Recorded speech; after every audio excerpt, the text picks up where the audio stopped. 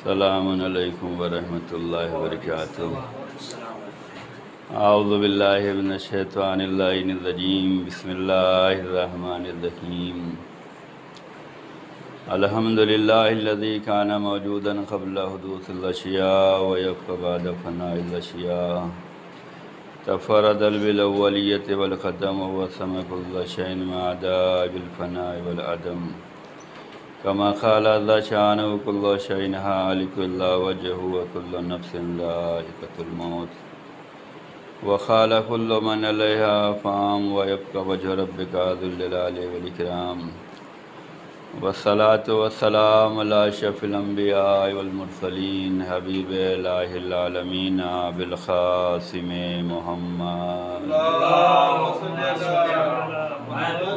وعلى أهل بيت الطيبين الطاهرين المعصومين المظلومين، لا سيما بقية الله الحجة بن الحسن صلواتك عليه وعلى آبائه في هذه الساعة وفي كل ساعة وليا وحافظا وخائدا وناصرا ودليلا وعينا حتى تسكنه أرضك طوعا وتمتعه فيها طويلا۔ اللهم صل على محمد وآل محمد وعجل فرجهم۔ اما بعد، اوصيكم ونفسي بتقوى الله، ان اللہ یحب المتقین۔ اپنے نفس کو اور آپ تمام حضرات کو تقوی الہی کی دعوت دیتا ہوں۔ تقوی الہی بہترین داد راہ ہے، بہترین سرمایہ حیات ہے، نجات ہے۔ اللہ جو ہے مومنین کے اعمال کو تقوی الہی کے زیر سایہ دیکھنا چاہتا ہے۔ تقوی الہی سے زندگی میں سکون آتا ہے، برکت آتی ہے، انسان کامیاب ہوتا ہے۔ ایک کامیابی دنیا کی نگاہ میں ہے اور ایک کامیابی اللہ کی نگاہ میں ہے۔ دنیا فانی ہے، مٹ جانے والی ہے، تمام ہو جانے والی ہے۔ آخرت باقی ہے، ابدی ہے۔ دار البقا کہا گیا ہے آخرت کو، یعنی باقی رہنے والا گھر۔ تو ایک کامیابی دنیا میں ہے جو چند روزہ ہے، جو دار الفنا میں ہے کہ ختم ہو جائے گی، لیکن ایک کامیابی وہاں پر ہے جو آخرت میں دار البقا ہے۔ تو انسان کو اپنی دنیا کے ساتھ ساتھ اپنی آخرت کی بھی فکر رہنا چاہیے۔ ہم دنیا میں بھی کامیاب رہیں اور آخرت میں بھی کامیاب رہیں، یہی ہونا چاہیے۔ بندگان خدا سے یہی تقاضا کیا جاتا ہے کہ آپ دنیا میں بھی کامیاب رہیں اور آخرت میں بھی کامیاب رہیں۔ دنیا میں جیسے کامیاب رہنے کے لیے انسان محنت کرتا ہے، کام کرتا ہے، کوشش کرتا ہے، پلان بناتا ہے، اسی طریقے سے آخرت کے کامیابی کے لیے بھی اسے کام کرنے کی ضرورت ہے۔ آخرت میں کامیاب ہونے کے لیے اسے عمل کی ضرورت ہے۔ یہ نماز کا قیام، یہ عزاداری، یہ مومنین سے محبت، لوگوں سے ملاقات، یہ وہ چیزیں بندگان خدا سے ملاقات کا بہت ہی بڑا ثواب رکھا گیا ہے۔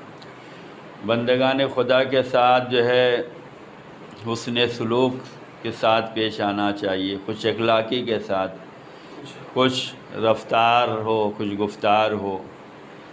یہ جو ہے مومنین کے دلوں میں سرور پیدا کرتا ہے۔ تو یہ نماز ہو، یہ روزہ ہے، یہ عزاداری ہے، یہ مومنین کی ملاقات ہے، یہ جشن ہے، یہ یاد امام ہے، یاد اہل بیت، یاد خدا، یہ وہ چیزیں ہیں جو انسان کو آخرت میں بھی کامیاب کرتی ہی ہیں، دنیا میں بھی کامیاب کرتی ہیں۔ ظاہر سے بات ہے، اگر ہم ذکر خدا کریں گے تو قرآن کہتا ہے الا بذکر اللہ تطمئن القلوب، اللہ کا ذکر کرنے میں ہی انسان کو جو ہے سکون ملنے والا ہے، دل مطمئن ہونے والا ہے۔ ہمارے قلب کو اگر اطمینان چاہیے، سکون چاہیے تو اللہ کے ذکر سے ہوگا۔ اللہ کا ذکر یہی تسبیح ہے، اللہ کا ذکر یہی یاد خدا ہے، اللہ کا ذکر یہی مناجات ہے، اللہ کا ذکر یہی دعا ہے، اللہ کا ذکر یہی نماز ہے۔ اس نے اپنے بندوں کو روزانہ 5 وقت بلایا ہے۔ بلانے والا بہتر جانتا ہے کہ کس موقع پہ بلایا جائے۔ ہم اگر کسی کو دعوت دینا چاہتے ہیں تو ہم سوچتے ہیں کہ ہم کس موقع پہ بلائیں تاکہ اسے بھی خوشی محسوس ہو اور ہمیں بھی خوشی محسوس ہو۔ کوئی ایسا اچھی تاریخ آئے، کوئی اچھا پلان تیار ہو، کوئی اچھا موقع ہو، تب ہم اپنے مہمان کو بلاتے ہیں۔ تو اللہ اگر روزانہ 5 مرتبہ اپنی بارگاہ میں بلا رہا ہے تو وہ بہتر جانتا ہے کہ ہمارے لیے کون سا وقت بہتر ہے، کس وقت وہ ہمیں بلانا چاہتا ہے۔ جو جس سے محبت کرتا ہے وہ اس کی پریشانیاں دور کرنا چاہتا ہے، وہ اس کی مشکلوں کو آسان کرنا چاہتا ہے، وہ پریشانیوں سے بچانا چاہتا ہے اور بتاتا ہے کہ دیکھو یہ چیزیں نہیں کھانا ہے، مشکل میں آ جاؤ گے، اس علاقے میں نہیں جانا ہے، مشکل میں آ جاؤ گے، ان سے تعلقات نہیں رکھنا ہے، مشکل میں آ جاؤ گے۔ تو جیسے ہم دوستی میں ایک دوسرے کی مدد کرتے ہیں کہ اسے بتاتے ہیں کہ یہ مشکلات میں ڈالنے والا ہے، لہذا اس سے پرہیز کرنا اور ان سے ملنا، یہاں جانا تمہارے لیے بہتری ہوگا، تمہارے لیے کامیابی ہوگا۔ تو اللہ بھی ہمیں 5 وقت اپنی بارگاہ میں بلا رہا ہے، تو وہ بہتر جانتا ہے کہ ہمارے لیے کامیابی کہاں پہ ہے۔ جو وقت اس نے معین کیا ہے وہ وقت خاص ہے، لہذا جیسے ہم اپنے میزبان کے بلانے میں خیال رکھتے ہیں کہ دیری نہ ہونے پائے، کہیں اس کا دل نہ ٹوٹ جائے، انتظار کی حد ختم نہ ہو جائے، ایسے ہمیں خدا کی بارگاہ میں نماز کو وقت پر ادا کرنے کی کوشش کرنا چاہیے کہ وہ ہمیں بلا رہا ہے، جس نے ہمیں پالا ہے، پوسا ہے، کامیابی دی ہے، صحیح و سلامت جسم دیا ہے، عقل دی ہے، فکر دی ہے، دل دیا ہے، جذبہ دیا ہے۔ اس نے ہمارے ساتھ اتنی مہربانیاں کی ہیں، لہذا وہ بلا رہا ہے تو اس کی بارگاہ میں جانے میں دیری نہیں کرنی چاہیے۔ اللہ تو 70 ماؤں سے زیادہ محبت کرنے والا ہے، مائیں جلدی روٹتی نہیں ہیں، خدا بھی جلدی نہیں روٹتا، لیکن جب مسلسل نافرمانی ہو جاتی ہے تو انسان کا دل ٹوٹ ہی جاتا ہے۔ لہذا غضب خدا سے بچیں۔ غضب خدا اگر اس کی مسلسل نافرمانی کی گئی، اس کے بتائے ہوئے راستے پہ نہیں چلا گیا تو یقیناً وہ غضبناک بھی ہوتا ہے۔ اس نے اہل بیت سے محبت کے لیے کہا ہے صلی علی، تو ہمیں اہل بیت اطہار سے محبت کرنا چاہیے۔ اہل بیت کی محبت کو پروردگار عالم نے اجر رسالت قرار دیا ہے۔ اجر رسالت یعنی رسول اللہ نے جتنا بھی کام کیا ہے ہم لوگوں کے لیے، دین کے لیے، اسلام کے لیے، امت کے لیے، ہمارے ایمان کے لیے جتنے بھی زحمتیں برداشت کی ہیں، ہر زحمت کا ایک ہی بدلہ ہے کہ اہل بیت رسول سے محبت کی جائے۔ یہ رسول اللہ نے نہیں مانگا، یہ اللہ نے طے کیا ہے کہ اجر رسالت اہل بیت سے محبت ہوگی، باقی کچھ نہیں ہو سکتا۔ جبکہ رسول نے ان لوگوں سے کہا تھا، جو لوگ کہہ رہے تھے کہ ہم آپ کی خدمتوں کا بدلہ دینا چاہتے ہیں، آپ نے بڑی زحمتیں اٹھائی ہیں، تو رسول اللہ نے فرمایا تھا کہ اگر ایک ہاتھ میں چاند اور دوسرے ہاتھ میں سورج بھی رکھ دو گے تب بھی بدلہ نہیں ہو سکتا۔ چاند اور سورج کوئی لا نہیں سکتا تھا، لیکن رسول نے فرمایا کہ اگر لا بھی دو تب بھی اجر رسالت نہیں ہو سکتا۔ تو اس کا مطلب یہ ہے کہ اگر اللہ تعالیٰ نے اجر رسالت کو محبت اہل بیت قرار دیا ہے تو محبت اہل بیت بہت قیمتی سرمایہ ہے، جس کو ہمیں سمجھنے کی ضرورت ہے۔ اس کی عظمتوں کو سمجھیں، اس کی فضیلتوں کو سمجھیں، اس کے رتبے کو سمجھیں، ان کی شان و منزلت کو سمجھیں۔ محبت اہل بیت معمولی چیز نہیں ہے۔ محبت اہل بیت آ جاتی ہے تو انسان دین کا پابند ہو جاتا ہے۔ محبت اہل بیت ہو تو انسان نماز کا پابند ہو جاتا ہے۔ محبت اہل بیت ہو تو معاشرے میں عدل و انصاف قائم کرنے کی کوشش کرتا ہے۔ بحیثیت مسلمان ہماری ذمہ داری ہے کہ ہم اپنے پڑوسیوں کا خیال رکھیں۔ رسول اللہ نے تو ان لوگوں کا بھی خیال رکھا ہے جنہوں نے رسول اللہ کو ستایا ہے۔ ہمارے پڑوسی تو ہمیں نہیں ستاتے، محبت سے رہیں گے تو محبت کا پیغام پھیلے گا، نفرت سے رہیں گے نفرت کا پیغام پہنچے گا۔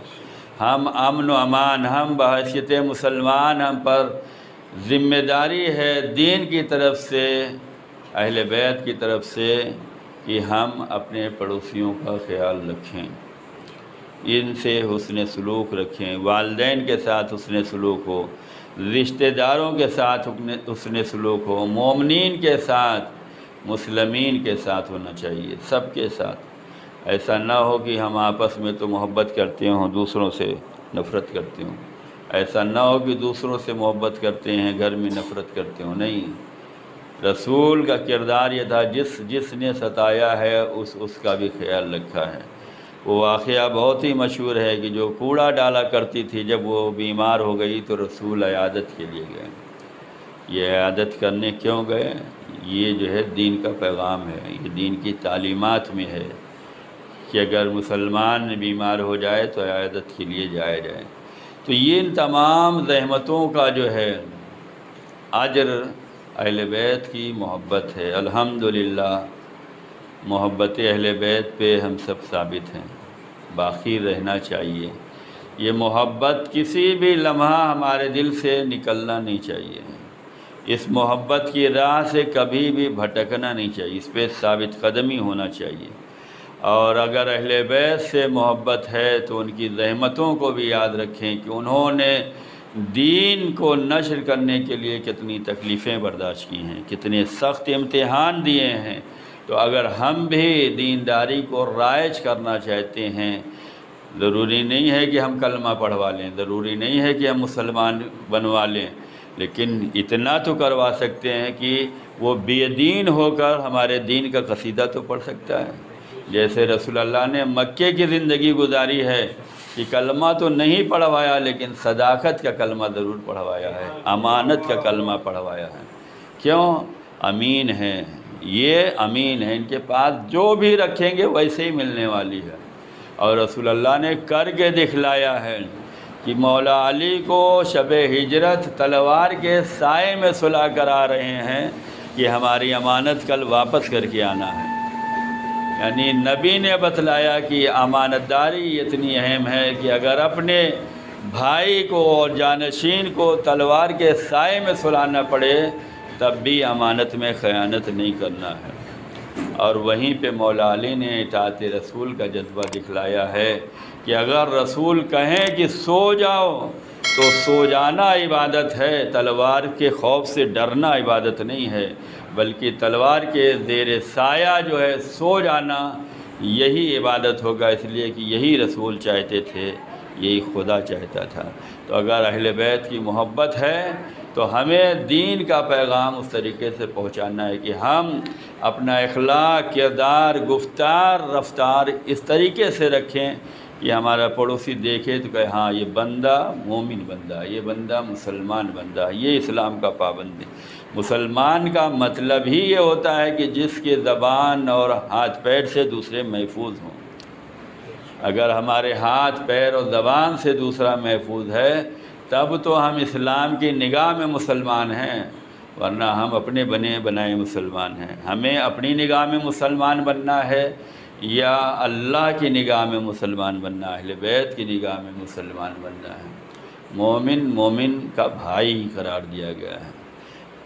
بھائی مومن کے لیے آئینہ ہوتا ہے، آئینہ دیکھ کے ہم کیسے سنورتے ہیں، کیسے زلفیں سنوارتے ہیں، کیسے چہرے صاف کرتے ہیں، کیسے لباس ٹھیک کرتے ہیں، آئینہ دیکھ کے۔ مومن کے لیے آئینہ قرار دیا گیا ہے۔ مومن کو دیکھو، اس کے اندر اچھائی ہے تو اس اچھائی کو اپنے اندر اپناؤ۔ مومن کے اندر اچھا کردار ہے، اس کو اپنے اندر سمو۔ مومن کے اندر اہل بیت کا عشق ہے، اپنے اندر بھی اہل بیت کا عشق لاؤ۔ مومن کے اندر جو جذبہ اہل بیت ہے، ان کے تعلیمات ہیں، ان کی سیرت ہے، ان کا پیغام ہے، ان کا مقصد ہے۔ ایک بندہ مومن ایسا ہے، تم بھی دیکھو، اس کو اپناؤ، آئینہ بنو، اپنے کو سنوارو، اخلاق سے سنوارو، کردار سے سنوارو، تعلیمات اہل بیت سے سنوارو، محبت اہل بیت سے سنبھالو، اہل بیت کی تعلیمات سے آراستہ کرو۔ یہ جو ہے مومن کے لیے آئینہ ہے۔ تو عزیزان گرامی ہمیں چاہیے کہ ہم زندگی کے ہر لمحے میں تقوی الہی کو رائج کریں۔ تقوی الہی ہوگا تو اسلام کی تعلیمات پہ عمل ہوگا، تقوی الہی ہوگا تو اسلامی کردار نشر کیا جائے گا، تقوی الہی ہوگا تو مومن سے احترام سے پیش آ جائے گا، تقوی الہی ہوگا تو مومن کا خیال رکھا جائے گا، مومن کو دعوت دی جائے گی، مومن سے مل کر خوشی کا اظہار کیا جائے گا۔ یہ مصافحہ، یہ گلے لگنا، یہ وہ اتنا سکون دینے والا ہے کہ جب بندے مومن سے مصافحہ کرتا ہے تو حدیث میں آیا ہے کہ اس کے گناہ جھر جاتے ہیں، اس کے گناہ گر جاتے ہیں۔ جیسے خزاں کے موسم میں ہوائیں چلتی ہیں، پیڑ کے پتے سوکھ جاتے ہیں، اس کے بعد جب ہوا چلتی ہے تو گر جاتی ہیں، ایسے ہی جب مومن کو ملتا ہے، مصافحہ کرتا ہے، سلام کرتا ہے، گلے ملتا ہے، تو دونوں کے گناہ گر جاتے ہیں، ختم ہو جاتے ہیں۔ تو آیا ہمیں اگر گناہوں کو اپنے گرانا ہے، کم کرنا ہے، مٹانا ہے، تو مومن سے ملنا چاہیے۔ اس کے علاوہ بھی بہت سی تعلیمات ہیں۔ اسلام سب کو سمیٹے ہوئے ہے، اسلام کی تعلیمات سب کے لیے ہے۔ اللہ سے محبت بھی کرنا ہے، انبیاء مرسلین پہ ایمان بھی رکھنا ہے، اہل بیت کے محبت کرنا ہے، ان کی ولایت ہے، ان کی مودت ہے، ان کی تعلیمات ہے، ان کی سیرت ہے، اپنا خاندان ہے، اپنا گھر ہے، اپنا پڑوس ہے، اپنا معاشرہ ہے، اپنا علاقہ ہے، اپنا ملک ہے، پھر پوری دنیا ہے، پورا کسی کو چھوڑا نہیں ہے، ہر ایک کو شامل کر لیا ہے اور عبادت کے زمرے میں شامل کیا ہے، عبادت کے زمرے میں شامل کیا ہے۔ تو ہم مسلمان ہیں، پھر شیعہ ہیں، پھر متقی ہیں، پھر مومن ہیں، پھر عزادار ہیں، تو ہماری ذمہ داری زیادہ ہے کہ ہم تعلیمات اسلام کو اپنائیں بھی، نافذ کریں۔ کسی کو ہم بنا نہیں سکتے، لیکن اپنے کردار سے اسے متاثر کر سکتے ہیں۔ ہمارا کردار پرہیزگار ہو، ہمارے اندر تقوی الہی ہے تو ہمیں درد دین ہوگا، دین کا خیال ہوگا۔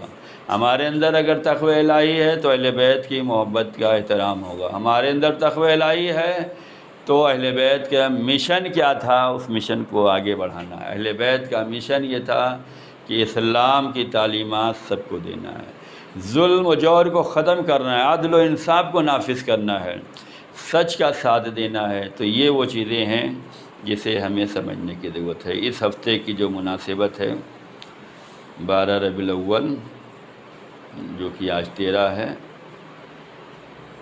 12 ربیع الاول کی جو مناسبت ہے وہ یہ ہے کہ اسی سال ہجرت کا پہلا سال تھا، اسی سال جو ہے 12 ربیع الاول کو نماز جو ہے سفر میں اور حضر میں دونوں میں واجب کی گئی ہے۔ سفر اور حضر کا مطلب ہم اپنے علاقے میں ہیں، اپنے وطن میں ہیں، وہاں ہمیں 4 پڑھنی ہے، ظہر کی، عصر کی، عشاء کی 4 پڑھنی ہے۔ لیکن اگر سفر میں ہیں، اپنے وطن سے سفر کر رہے ہیں کہ آنا جانا ملا کے 44 کلومیٹر ہوتا ہو تو نماز قصر ہو جاتی ہے۔ اللہ ہمیں پریشان کرنا نہیں چاہتا، اللہ ہمارا آرام دیکھنا چاہتا ہے۔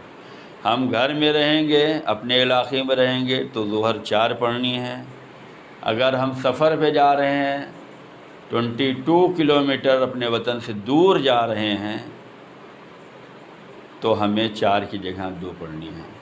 وہاں یہ نہیں کہہ سکتے نہیں ہم 4 پڑھنے کے عادی ہیں، 4 ہی پڑھیں گے، نہیں، 4 قبول نہیں ہوگی، 2 پڑھنا ہے، اس لیے کہ حکم خدا یہی ہے، قصر کرنا ہے۔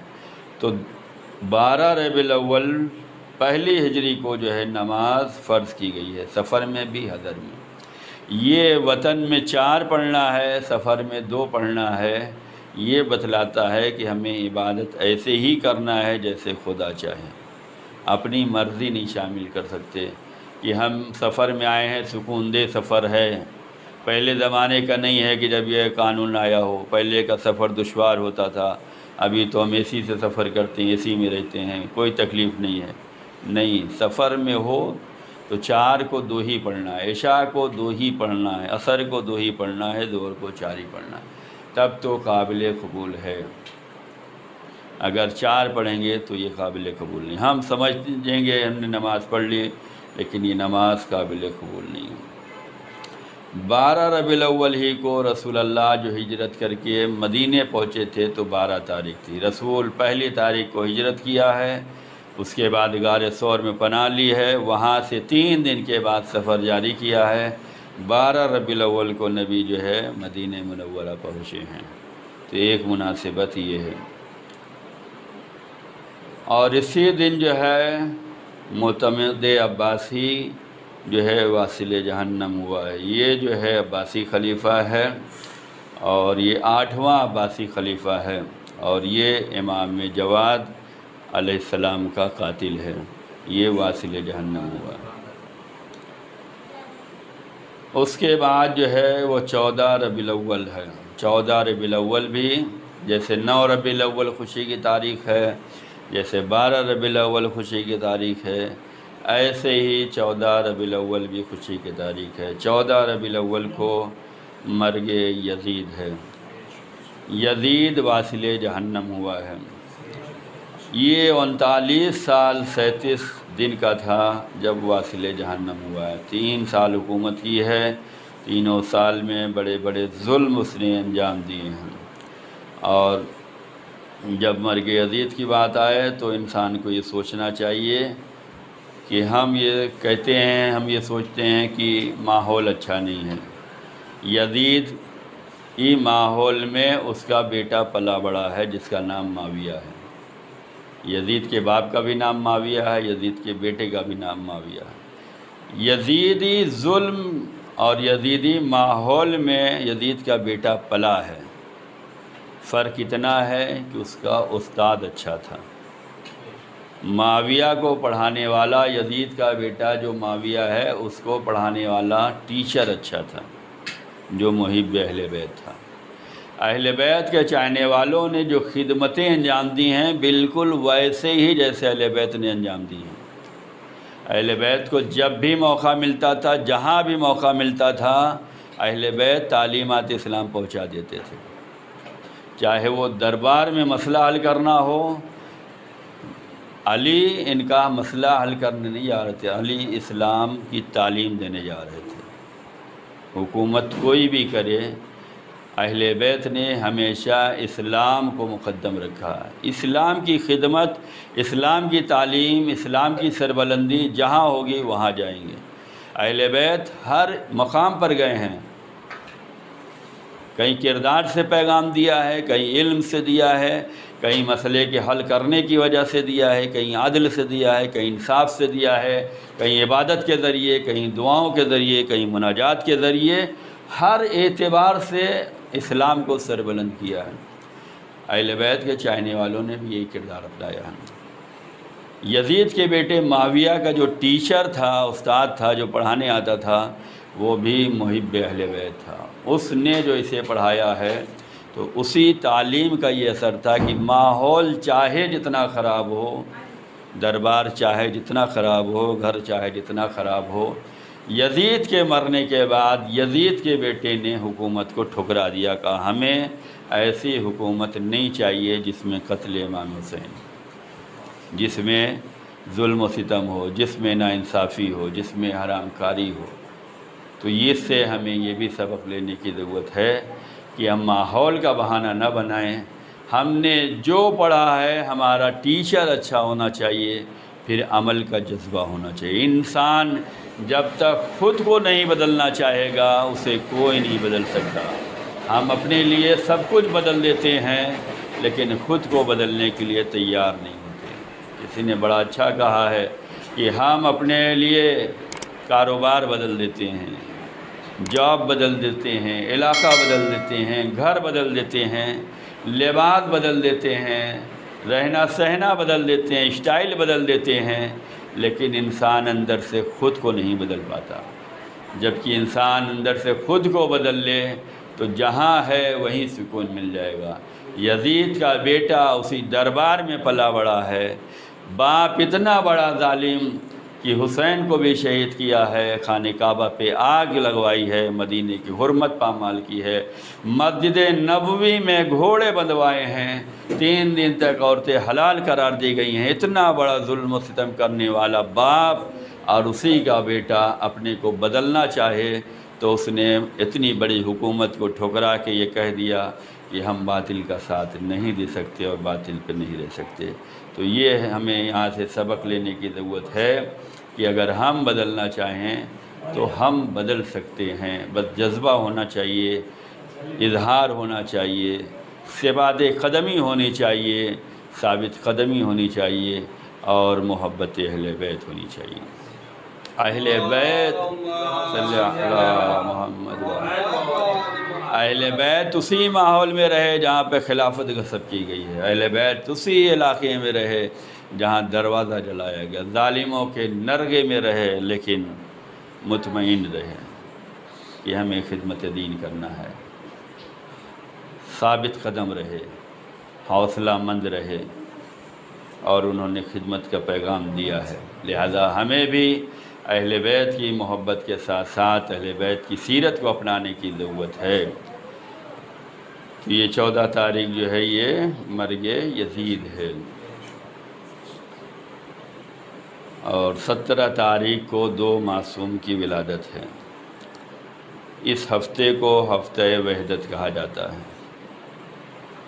ہفتہ وحدت کا مطلب یہ ہے کہ ہم ان کی تعلیم نہ اپنائیں بلکہ ہم اہل بیت کی تعلیم کو نشر کریں۔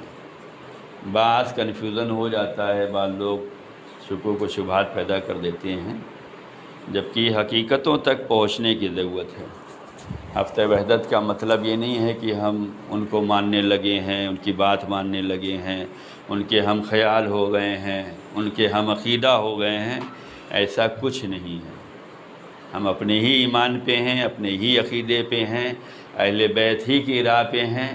ہفتہ وحدت کا مطلب یہ ہے کہ اگر انہوں نے 12 ربیع الاول کو ولادت رسول مانی ہے اور ہم نے 17 کو مانی ہے تو اس ہفتے کو جو ہے دونوں مل کر رسول کے نام پہ، رسول کی تعلیمات کے لیے ایک ہو جائیں۔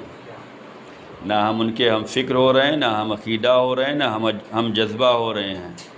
ہم اسلام پہ باقی ہیں، اہل بیت پہ باقی ہیں، محبت اہل بیت پر ثابت رہتے ہوئے تعلیمات کو مل جل کر نشر کرنا چاہتے ہیں۔ مل جل کر جو کام کیا جاتا ہے اس میں زیادہ ثواب ہے۔ وہ دعا اللہم ادخل علی اہل القبور السرور، یہ دعا رسول اللہ کی دعا ہے جو صرف ہم سمجھتے ہیں کہ رمضان میں ہی پڑھنا چاہیے، ہمیشہ پڑھیں۔ اس دعا کے پورے ترجمے کو دیکھ لیں، رسول اللہ نے جو کچھ فرمایا ہے یہ اصلاح امت کے لیے ہے۔ امت میں محبت کیسے ہوگی، امت میں جو ہے خلوص کیسے ہوگا، معاشرہ کیسا ہونا چاہیے، اس کو اگر ہم دیکھ لیں تو اگر اسی کو ہم نافذ کر لیں، پڑھنے کا تو بہت زیادہ ثواب ہے، اگر اس کو ہم اتار لیں تو کتنا بڑا جو ہے کتنی بڑی تبدیلی آ سکتی ہے اگر ہم سمجھ لیں۔ اس لیے کہ رسول اللہ اس دعا میں کیا بتلانا چاہتے ہیں، اللہم ادخل علی اہل القبور السرور، جو قبروں میں ہیں ان کے لیے بھی ہمیں دعا کرنا ہے کہ پروردگار ان کے اندر خوشی کو نازل کر دے۔ یہ کب خوشی ہوں گے، ہم ان کے لیے دعا کریں گے۔ رسول کی تعلیمات کو دیکھیں، یہ دعا جس کے پڑھنے کا بہت زیادہ ثواب بیان کیا گیا ہے، جو رمضان میں پڑھی جاتی ہے، ہمیشہ پڑھیں، ہر نماز کی بات پڑھیں۔ جو قبروں میں ہیں ان کے لیے بھی دعا ہے، جو فقیر ہیں ان کے لیے بھی دعا ہے، جو بھوکے ہیں ان کے لیے بھی دعا ہے، جو بے لباس ہیں ان کے لیے بھی دعا ہے، جو مقروض ہیں ان کے لیے بھی دعا ہے، جو پریشان حال ہیں ان کے لیے بھی دعا ہے، جو غریب الوطن ہیں ان کے لیے بھی دعا ہے، جو اسیر ہیں، قید و بند میں ہیں، جیل میں ہیں، ان کے لیے بھی دعا ہے، جو مسلمانوں کے درمیان فاسد امور پائے جاتے ہیں ان کے اصلاح کی بھی دعا ہے، اور جو مریض ہیں ان کی شفا کے لیے بھی دعا ہے، جو فقر و فاقہ کی زندگی گزار رہے ہیں ان کے لیے بھی دعا ہے، اور جن کی حالت بری ہے ان کے لیے بھی دعا ہے، جو مقروض ہیں ان کے لیے بھی دعا ہے۔ اور یہ ساری دعائیں بتلاتی ہیں کہ انسان کو سب کے لیے دعا کرنے کی ضرورت ہے۔ اس میں کہیں بھی شیعہ کا نام نہیں آیا، کہیں بھی محب کا نام نہیں آیا، کہیں بھی عزادار کا نام نہیں آیا ہے۔ اگر نام آیا ہے تو ایک جگہ سے مسلمان کا نام آیا ہے، ایک جگہ سے مسلمان کا نام آیا ہے، باقی سب کو شامل کیا ہے۔ قبروں میں جانے والے چاہے جو ہوں، فقیر چاہے جو ہوں، بھوکے چاہے جو ہوں، بے لباس چاہے جو ہوں، قرض دار چاہے جو ہوں، پریشان حال چاہے جو ہوں، غریب الوطن چاہے جو بھی ہوں، اسیر چاہے جو بھی ہوں، ان میں کوئی وہ نہیں کیا گیا کہ مسلمان ہو، مومن ہو، متقی ہو، چاہنے والا ہو، عزادار ہو، نہیں، سب کو شامل کیا ہے۔ اگر یہی دعا ہم اپنی زندگی میں نافذ کر لیں کہ جتنے بھی غریب ہیں سب کے لیے دعا کر لیں تو غربت ختم ہو جائے گی۔ تو اس کا مطلب یہ ہے کہ بے ایمانی ختم ہو جائے گی۔ غربت اگر ختم ہو گئی تو اس کا مطلب یہ ہے کہ چوری ختم ہو گئی۔ غربت اگر ختم ہو گئی تو اس کا مطلب یہ ہے کہ لوگوں کو لوٹنا چھوٹ جائے گا۔ تو اگر بہترین معاشرہ چاہتے ہیں تو ہم سب کے لیے دعا کریں۔ یہ رسول کی دعا ہے، ہم رسول یہ ماننے والے ہیں۔ ہفتہ وحدت منائیں، یہی دعا کر لیں، آپ کا ہفتہ وحدت یہی ہوگا۔ آپ کسی کے جلوس میں نہ جائیں، آپ کسی کو مٹھائی نہ دیں، آپ یہی دعا کرتے رہیں، یہی ہفتہ وحدت ہے۔ یہی وحدت کا پیغام ہے کہ آپ سب کا خیال رکھیں۔ سب کے اچھے ہونے سے پورا معاشرہ اچھا ہو جائے گا، ہمارے اچھے ہونے سے ہمارا پڑوسی اچھا ہو جائے گا، ہم پڑوسی کو تبلیغ کریں گے تو اور اچھا ہو جائے گا۔ تو ہمیں یہ سمجھنے کی ضرورت ہے کہ ہم تعلیمات اہل بیت کو نشر کریں۔ تعلیمات اہل بیت میں جو ہے ہمارے لیے کامیابی ہے۔ تو یہ ہفتہ وحدت ہے، 17 ربیع الاول تک جو ہے ہم خاص طور سے مسلمانوں کو وش کریں، ان کو سلام کریں، ان کو بتلائیں کہ ہم اور آپ نبی کو ماننے والے ہیں۔ جب کوئی ذریعے سے قریب ہوں گے تب گفتگو ہوگی نا، پہلے گفتگو سلام دعا سے شروع ہوتی ہے، پہلے گفتگو مبارکبادی سے شروع ہوگی، رسول کی خوشی سے ہوگی، اس کے بعد پھر ہم اپنے عقیدے کو ڈسکس کریں، بھائی آپ کا نظریہ غلط ہے، ہمارا نظریہ صحیح ہے، ہم یہ اس عقیدے پہ ہیں، آپ رد کر سکتے ہیں تو بتلائیں، یا دونوں اپنا نظریہ پیش کرتے ہیں، ڈیسائیڈ کر لیتے ہیں کس کا صحیح ہے، آپ بتائیں صحیح ہے یا صحیح نہیں ہے۔ بہتر طریقے سے سمجھانے کی ضرورت ہے، اس طریقے سے قریب ہوں۔ اگر درد دین ہوگا، اگر محبت اہل بیت ہوگی تو یہ کام کریں گے۔ اگر درد دین ہی نہیں ہوگا، اہل بیت کی محبت ہی نہیں ہوگی تو سب دوریاں ہی دوریاں رہیں گی، لوگ دور ہی دور۔ ہاں جہاں پہ خوشی کا اظہار ہے ہم منا رہے ہیں، 9 ربیع الاول بھی منا رہے ہیں، مرگ یزید بھی منا رہے ہیں، ہم ہر ظالم کے مرنے پہ خوشی کا اظہار کریں گے۔ جو بھی ظلم کرتا ہے اسے سمجھانے کی ضرورت ہے، اس کے نظریے کو بدلنے کی ضرورت ہے۔ مثال دیجئے کہ بھائی ہمارے علاقے میں کوئی اگر ہم پہ ظلم کرتا ہے تو کیا ہم اس ظلم کے خلاف نہیں ہوتے ہیں؟ ہمارے اوپر کوئی ظلم کرتا ہے تو خلاف ہوتے ہیں، ہمارے خاندان پہ کوئی ظلم کرتا ہے تو خلاف ہوتے ہیں، ہمارے محلے میں کوئی کرتا ہے تو سب مل کے ظلم کے خلاف آواز اٹھاتے ہیں۔ احتجاج ہوتا ہے یا نہیں ہوتا؟ پروٹیسٹ ہوتے یا نہیں ہوتے؟ کیوں ہوتے ہیں؟ یہ حجاب کے خلاف کیوں؟ کہ حجاب پہ پابندی لگی اٹھ گئے، کیوں؟ یہ ظلم کے خلاف آواز ہی تو اٹھا رہے ہیں۔ مہنگائی ہو گئی، احتجاج کیوں؟ یہ ظلم کے خلاف احتجاج ہی تو ہے۔ تو ایسے ہی سمجھائیں کہ جیسے یہ کرتے ہیں ایسے ہم نبی کے چاہنے والے ہیں، ان کا کلمہ پڑھتے ہیں، اذان میں ان کی شہادت دیتے ہیں، گواہی دیتے ہیں، انہی کا بتایا ہوا دین ہمارے پاس ہے۔ تو اگر ان کو کوئی ستائے تو کیا ہمیں اس کے خلاف لعنت کا بھی حق نہیں ہے کہ ہم اس پہ لعنت بھیج سکیں؟ کیا ہمیں اتنا بھی حق نہیں ہے کہ ہم رسول کے ستانے والے واصل جہنم ہو جائیں تو اس پہ ہم خوشی کا اظہار بھی نہ کر سکیں؟ یہ نظریے کیوں بدل جاتے ہیں؟ جب قربت ہوگی تو یہ سب معاملے ڈسکس ہوں گے، دوریاں رہیں گی تو پھر کچھ نہیں ہونے والا ہے۔ یہی وجہ ہے کہ علماء نے جو پیغام دیا ہے بہترین دیا ہے۔ اہل بیت نے جو پیغام دیا ہے بہترین دیا ہے۔ اگر انہوں نے یہ کہا یہ دعا پڑھو تو یہ دعا صرف زبان تک نہیں رہنا چاہیے، اس کو عملی جامہ پہناؤ۔ ہم غریب کو دیتے ہیں، ہم فقیر کو پیسہ دیتے ہیں، کیا پوچھتے ہیں اس سے مذہب و ملت؟ نہیں پوچھتے نا، لیکن اس کے دل سے دعا تو نکلتی ہے نا، ہم اس کے مانگنے پہ دے دیتے ہیں۔ تو ایسے ہی آپ جذبہ رکھیں، تولا بھی ہے تبرع بھی ہے، دونوں ہے، کسی کو نہیں چھوڑنا ہے، لیکن اہل بیت کی تعلیمات کو تو اپنانا ہی اپنانا ہے۔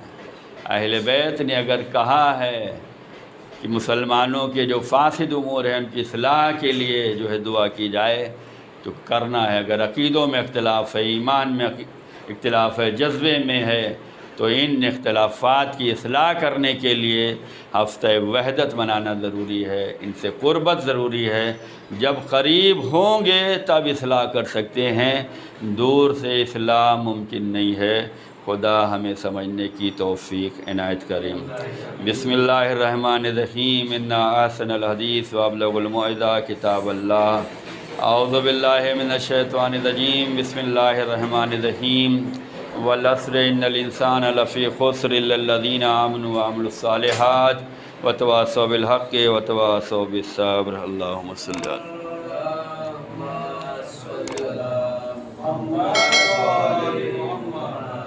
اللہم صلی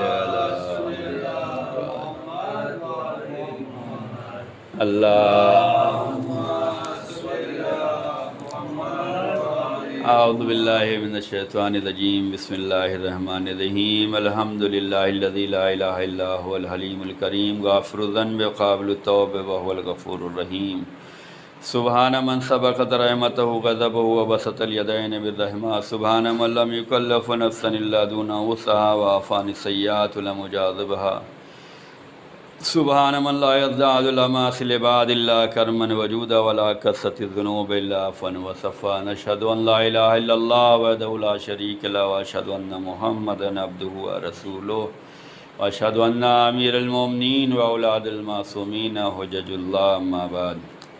عزیزان گرامی، اس ہفتے جو ہے ہفتہ وحدت ہے۔ ہفتہ وحدت یعنی اہل بیت کی تعلیمات کا، رسول کے ارشادات کا، رسول کے پیغام کا، رسول کے اخلاق کا، ان کی سیرت کا ہم نمونہ پیش کریں۔ اور سیرت رسول یہی رہی ہے، تعلیمات رسول یہی رہی ہے کہ امن و امان قائم ہونا چاہیے، دین کا پیغام لوگوں تک پہنچنا چاہیے۔ اگر انہوں نے کوڑے ڈالے ہیں ان کے یہاں بھی جائیں گے، راہ میں کانٹے بچھانے والے ہیں ان کے یہاں بھی جائیں گے۔ جنہوں لوگوں نے ہمیں مکے سے نکلنے پہ مجبور کیا ہے، فتح مکے کے موقع پر انہیں معاف کرنے کا جذبہ بھی رسول نے رکھا ہے، اور فرمایا کہ تم لوگ آزاد کر دیے گئے ہو، بخش دیے گئے ہو، معاف کر دیے گئے ہو۔ یہ تعلیمات ہے، اس تعلیمات کو ہمیں پہنچانے کی ضرورت ہے۔ اس تعلیمات کا نتیجہ یہ ہوگا کہ اسلام کا پیغام پہنچے گا، اور کبھی بھی باطل حکومتیں نہیں چاہتی کہ اسلام پھولے پھلے۔ حق کا بول بالا کبھی بھی باطل حکومتیں برداشت نہیں کرتی، لہذا جو نفرتیں بانٹی جاتی ہیں ان نفرتوں کے پیچھے ان کا مقصد یہ رہتا ہے کہ اگر امن و امان ہوگا تو لوگ اصلاح کی سوچیں گے، اور انہیں اصلاح سوچنے نہیں دینا، انہیں مشغول رکھو، انہیں بزی رکھو۔ جو بھی اسلامی حکومت ہے اگر اس کا کوئی بھی فرمان ہے، بعض دفعہ ہمارے نوجوان بھڑک جاتے ہیں کہ ہمیشہ ایران عراق کی بات ہوتی ہے۔ چلو نام نہ بھی لیا جائے، مسلمان کا ساتھ تو دینا ضروری ہے، امن و امان کے لیے کام کرنا تو ضروری ہے، مظلوم کے خلاف آواز، مظلوم کے خلاف جو ظلم ہو رہا ہے اس پہ آواز تو اٹھانا، مظلوم کا ساتھ دینا تو ضروری ہے۔ ایک مسلمان کا جب یہ حق ہے کہ وہ آواز بلند کرے، اس پہ لبیک کہو، تو اگر عالم کوئی پروگرام دے تو اس پہ تو کرنا چاہیے۔ وہ جانتا ہے کہ کیا ماحول ہے، عالمی پیمانے پہ کیا سازشیں رچی جا رہی ہیں۔ اگر یہ وحدت کا پیغام دیا جا رہا ہے تو اس کا مطلب یہ ہے کہ باطل حکومتوں کی کمر توڑ دی جا رہی ہے، وہ لڑانا چاہتے ہیں، ہم ملنا چاہتے ہیں۔ وہ لڑانا چاہتے ہیں، اگر ہم لڑتے رہیں گے تو باطل حکومتیں کامیاب ہو جائیں گی۔ وہ لڑانا چاہتے ہیں، ہم مل کر رہیں گے تو ان کے منصوبے ناکام ہوں گے۔ ہمیں یہ سمجھ لینے کی ضرورت ہے کہ ہمارے عمل سے، ہمارے اس کام سے، فعل سے کس کو خوشی ہو رہی ہے۔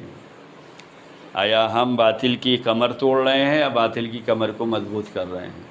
ہفتہ وحدت یعنی امن و امان، تعلیمات اہل بیت کا پیغام، رسول کی تعلیمات کو لوگوں تک پہنچانا، پرچم رسول اور کلمہ رسالت کے زیر سایہ اپنی زندگی کو گزارنا، اسی میں امن ہے، امان ہے۔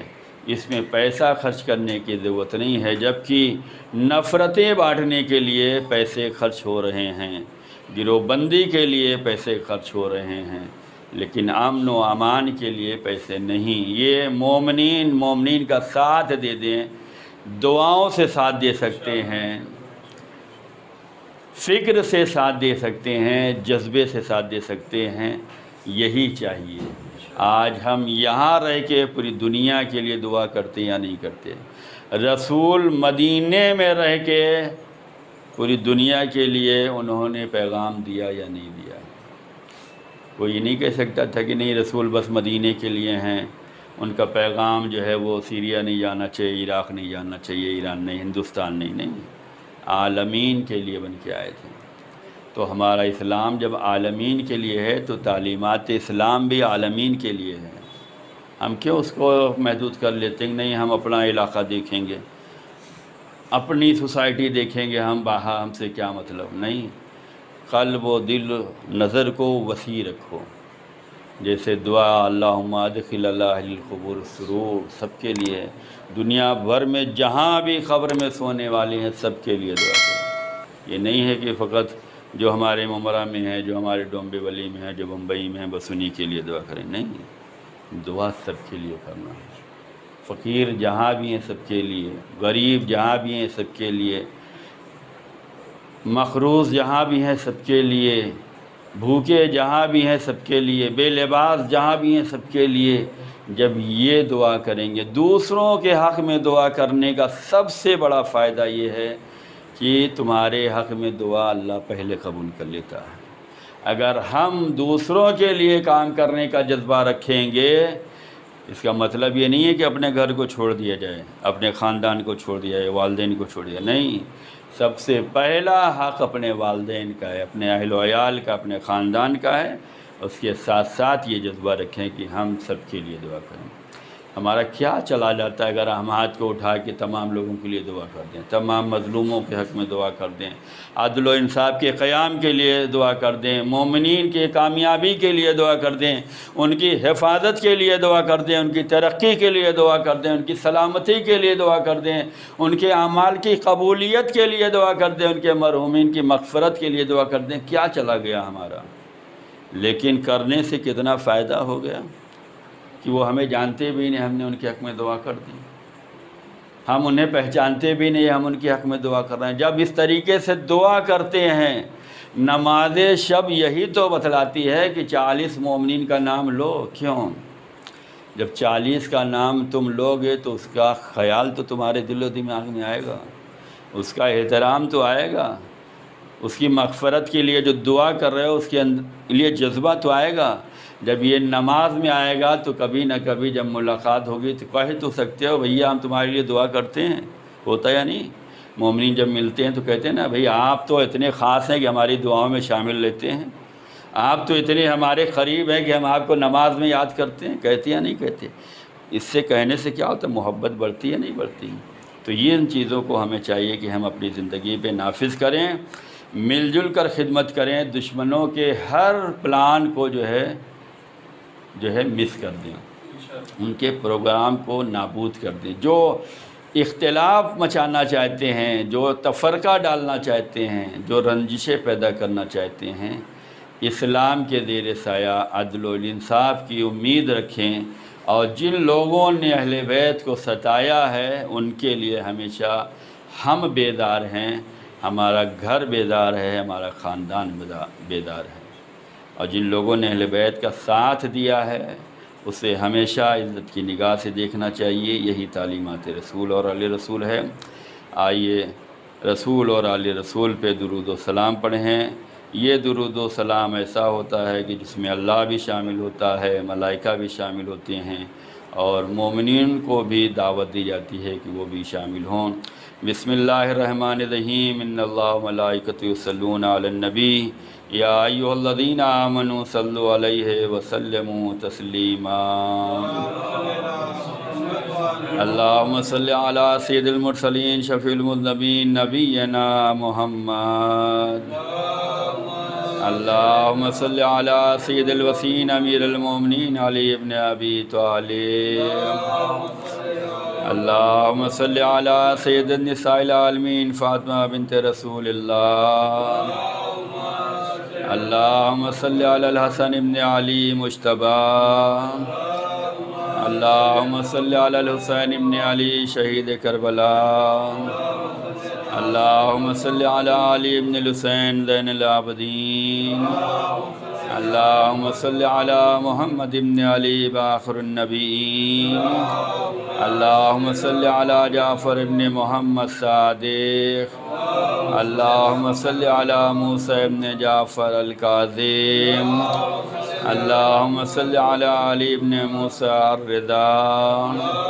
اللہم صلی علی محمد ابن علی تقی الجواد۔ اللہم صلی علی علی ابن محمد حاج النقی۔ اللہم صلی علی الحسن ابن علی الزکی العسکری۔ اللہم صلی علی مولانا صاحب العصر والزمان الحجۃ ابن الحسن القائم المہدی۔ صلواتک علیہ وعلی آبائہ فی ہذہ الساعۃ وفی کل ساعۃ ولیٰ وحافظا وقائدا وناصرا ودلیلا وعینا حتی تسکنہ ارضک طوعا وتمتعہ فیہا طویلا۔ اللہم صلی علی۔ پروردگار ہم سب کی حاضری کو قبول فرما، ہم سب کے گناہوں کو معاف فرما، ہم سب کی پریشانیوں کو دور فرما، ہم سب کے روزی روزگار میں برکت عنایت فرما، کاروبار زندگی میں برکت نصیب فرما، پروردگار عمل خیر کی توفیق عنایت فرما، تمام آفات و بلیات اور سماوی سے محفوظ فرما، ظہور امام میں تعجیل فرما، ہم سب کو امام کے خادم و ناصروں میں شمار فرما۔ بسم اللہ الرحمن الرحیم، قل هو اللہ احد اللہ الصمد لم یلد ولم یولد ولم یکن لہ کفوا احد۔